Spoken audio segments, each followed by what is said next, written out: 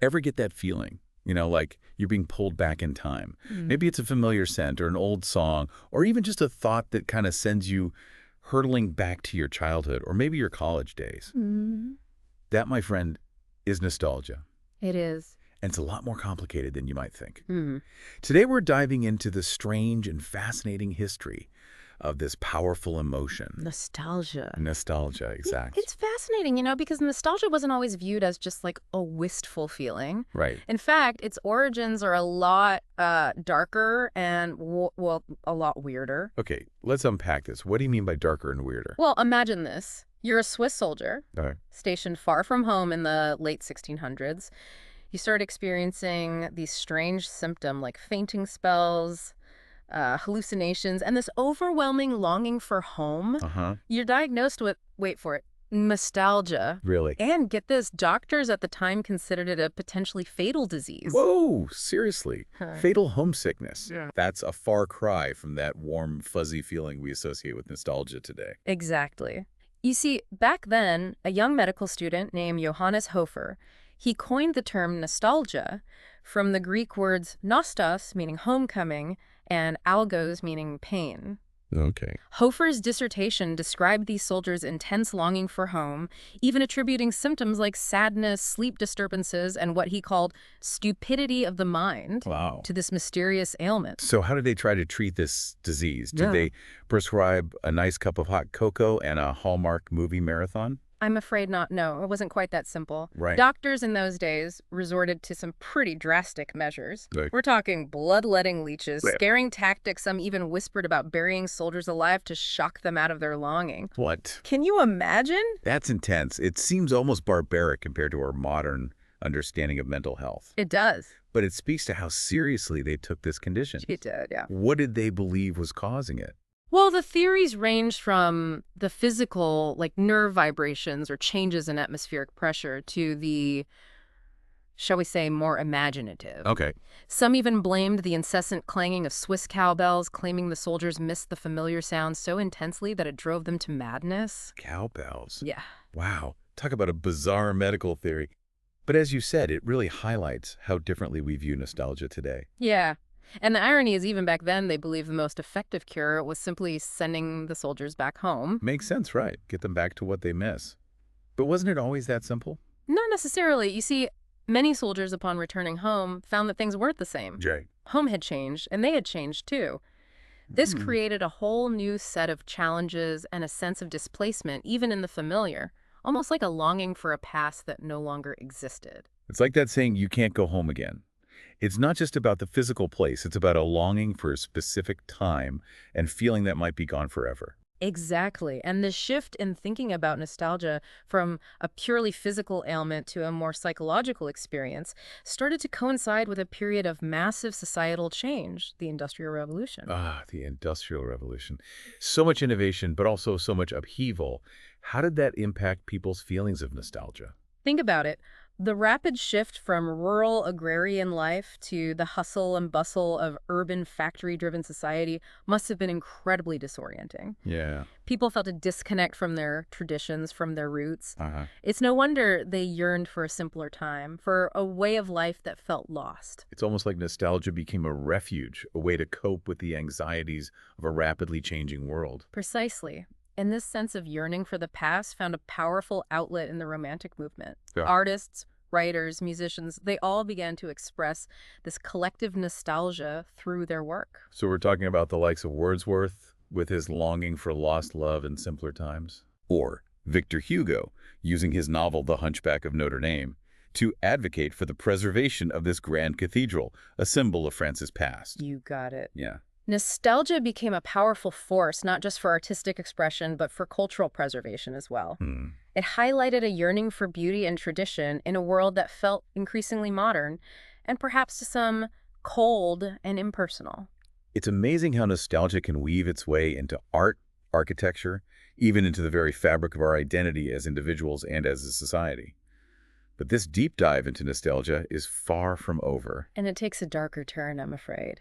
Oh. While Swiss soldiers were pining for their mountains and poets were romanticizing the past, A very different story was unfolding in America, a story where the very capacity for nostalgia was denied to an entire group of people. This is where we delve into the heartbreaking and, frankly, infuriating history of how nostalgia was weaponized. Right. And that's where we'll pick up next time. It's a jarring contrast to think about. European soldiers being diagnosed with nostalgia, while across the Atlantic, enslaved people in America were denied the very capacity for this emotion. It's a painful truth.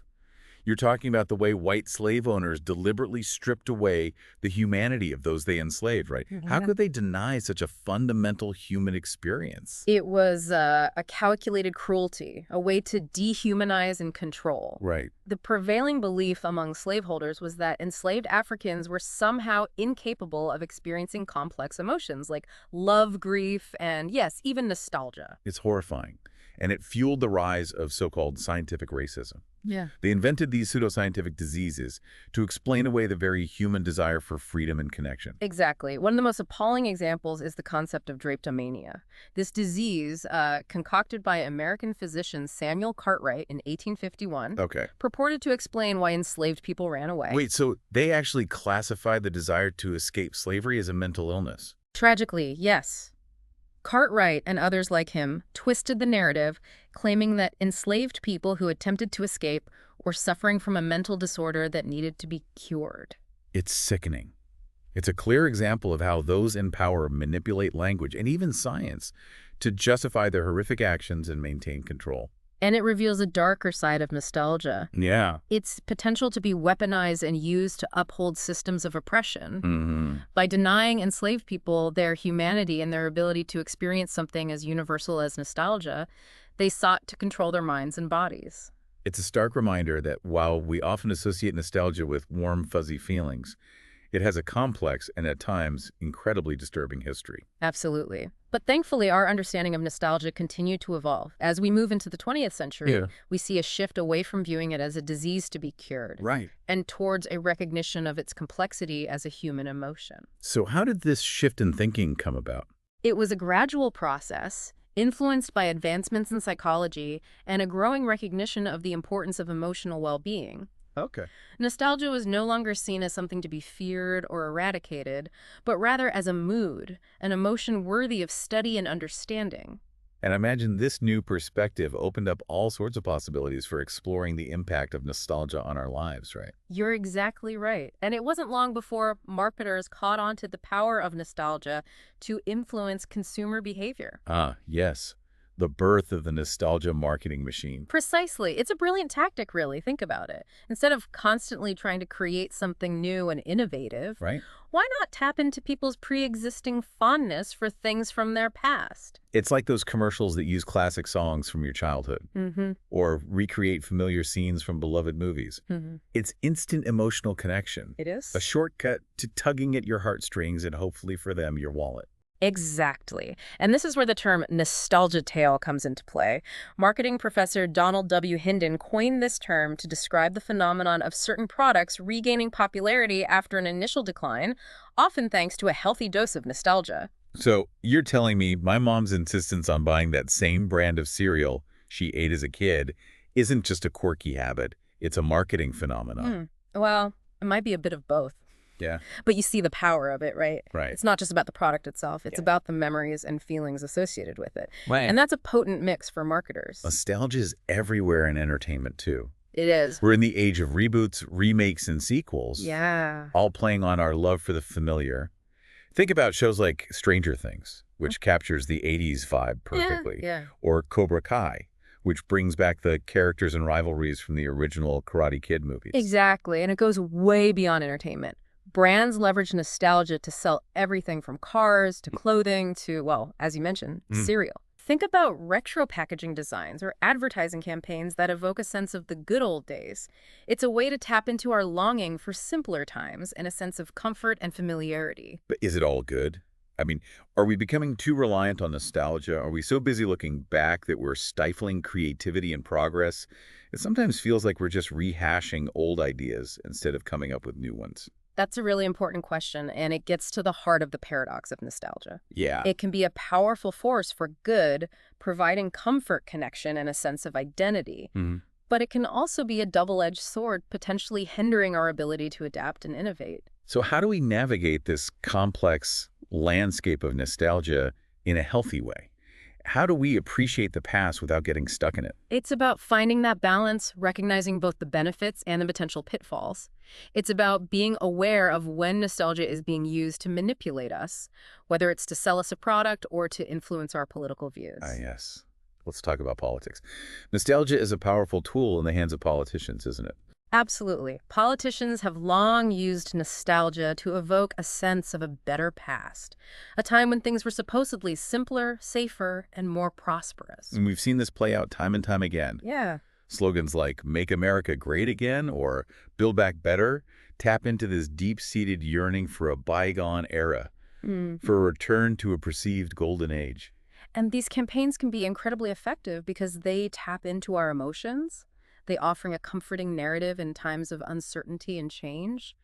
But we have to be critical, right? We can't just blindly accept these nostalgic narratives without questioning them. Right. We need to ask ourselves, what era are they referring to? Was it truly better for everyone? And who benefits from this romanticized view of the past?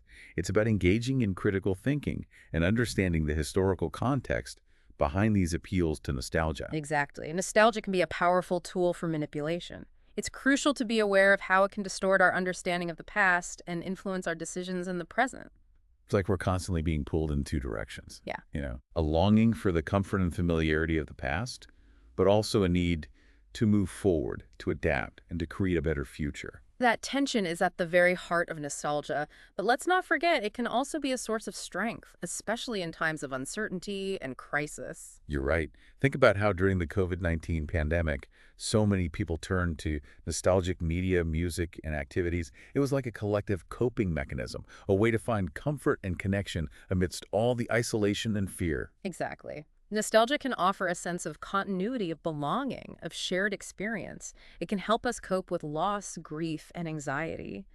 And as we face increasing global challenges like climate change and social unrest, that need for comfort and connection might become even more vital. It's like reaching back into the past to find a lifeline, something stable and familiar to hold on to when the present feels overwhelming. And sometimes it's not about grand historical events or societal shifts. Right. Sometimes it's those small personal moments that have the power to transport us back in time. A certain scent, a song, a taste. They can unlock these vivid memories and emotions, almost like time travel in our minds. I know exactly what you mean. When I smell freshly baked bread, it instantly takes me back to my grandmother's kitchen, standing on a chair beside her as she kneaded dough. Oh, wow. It's not just the smell, it's the feeling of warmth, love, and connection that comes rushing back with it. That's a perfect illustration of how powerful and personal nostalgia can be. It's not just about the memory itself, but about the emotions and sensations that are intertwined with it. It's almost like our senses have this incredible power to unlock these hidden vaults of memory and emotion. And, it's not always positive emotions. Right? Sometimes those nostalgic triggers can bring up feelings of sadness or longing for something that's gone. That's true. Nostalgia can be bittersweet. Yeah. It can remind us of people we've lost, dreams that have faded, or chapters in our lives that have come to an end. But even in those moments of sadness, there's something comforting about revisiting those memories and allowing ourselves to feel those emotions again. It's a way of honoring the past, of acknowledging the full spectrum of our experiences, both joyful and painful. It's a reminder that we've lived, we've loved, and we've grown. And I think that's what makes nostalgia so fascinating and ultimately so human. It's this intricate tapestry woven from our personal experiences, our cultural influences, and even our collective history. So how do we navigate this world of nostalgia in a healthy and productive way? It feels like we're constantly bombarded with nostalgic messaging, whether it's through marketing, entertainment, or even politics. How do we keep from getting swept away by the tide? I think it comes down to awareness, critical thinking, and intentionality. We need to recognize when nostalgia is being used to manipulate us, whether it's to sell us a product or to influence our vote.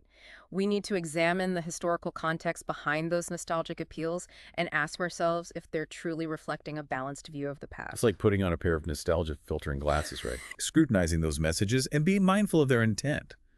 But at the same time, we don't want to shut ourselves off from the genuine comfort and joy that nostalgia can bring. Exactly. It's not about rejecting nostalgia outright, It's Right. about finding that sweet spot between appreciation and critical engagement.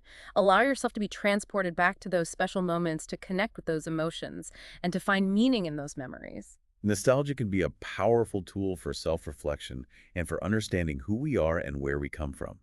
It's a part of our shared human experience, and when used mindfully, it can enrich our lives. It's like a conversation with our past selves, a way to honor the journey that brought us to where we are today. And that's a beautiful way to think about it. This deep dive into nostalgia has been quite a journey.